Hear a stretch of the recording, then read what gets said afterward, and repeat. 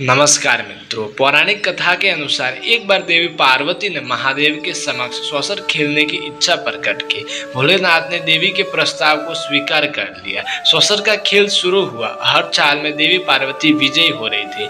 खेल में भगवान शिव सब कुछ पार्वती जी के हाथों हारने के बाद पत्तों के वस्त्र पहनकर गंगा के तट पर चले जाते हैं। पार्वती जी यह देखकर चिंतित हो जाती है। यह बातें जब कार्तिकेय को पता चली तो वह माता पार्वती से समस्त वस्तुएं वापस लेने पहुंच गए, लेकिन देवी ने खेल के नियम के अनुसार वस्तुएं देने से इनकार कर दिया।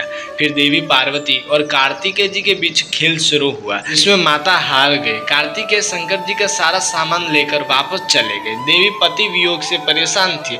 तभी माता की व्यथा सुनकर गणेश जी स्वयं खेल खेलने भोलेनाथ के पास पहुंचे। गणपति जी ने भी सौसर के खेल में पिता शिव को परास्त कर दिया। तभी अपनी जीत की खुशी का समाचार गणपति जी ने माता पार्वती को सुनाया तो उन्होंने कहा कि तुम पुनः शंकर जी को कैलाश पर लेके आओ। गणपति जी ने दोबारा प्रयास किया, लेकिन शिव नहीं माने और इस बार भोलेनाथ के भक्त रावण ने गणेश जी के वाहन मूषक को बिल्ली का रूप धारण करके डराकर भगा दिया। शिव ने कहा कि अगर पार्वती जी फिर से खेल खेलने को राजी होंगी तो मैं कैलाश पर वापस लौटने को तैयार हूँ। यह सुनकर पार्वती जी को हंसी आ गई और उन्होंने महादेव के प्रस्ताव को स्वीकार किया, क्योंकि अब शंकर जी अपना सब कुछ हार चुके थे। ऐसे में पार्वती जी ने उनसे पूछा कि अब आपके पास खेल में हारने के लिए क्या है।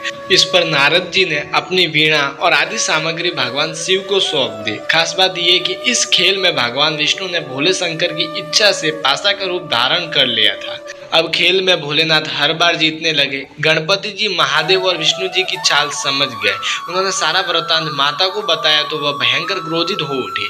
उसी समय रावण ने माता को समझाने का प्रयास किया, लेकिन उनका क्रोध शांत नहीं हुआ तथा क्रोधवश उन्होंने भोलेनाथ को श्राप दे दिया कि उनके सिर पर सदैव गंगा की धारा का बोझ रहेगा। और पार्वती जी ने नारद को श्राप दिया कि वे कभी भी एक स्थान पर नहीं टिक सकेंगे। उन्होंने भगवान विष्णु को श्राप दिया कि रावण तुम्हारा शत्रु होगा और रावण का विनाश विष्णु के हाथों ही होगा। तथा कार्तिकेय को माता पार्वती ने कहा कि वह हमेशा बालक के रूप में ही रहेंगे। तो मित्रों, कुछ ये थे ऐसे श्राप जो माता पार्वती ने दिए थे। तो आशा करता हूँ कि आपको हमारा ये वीडियो जानकर अच्छा लगा होगा। तो कृपया हमारे इस वीडियो को लाइक, कमेंट, शेयर एंड हमारे इस कर्मयोगी चैनल को सब्सक्राइब करना बिल्कुल ना भूलें। तो फिर चलिए मित्रों, आज के लिए इतना ही। फिर मिलती है अगले वीडियो के साथ में।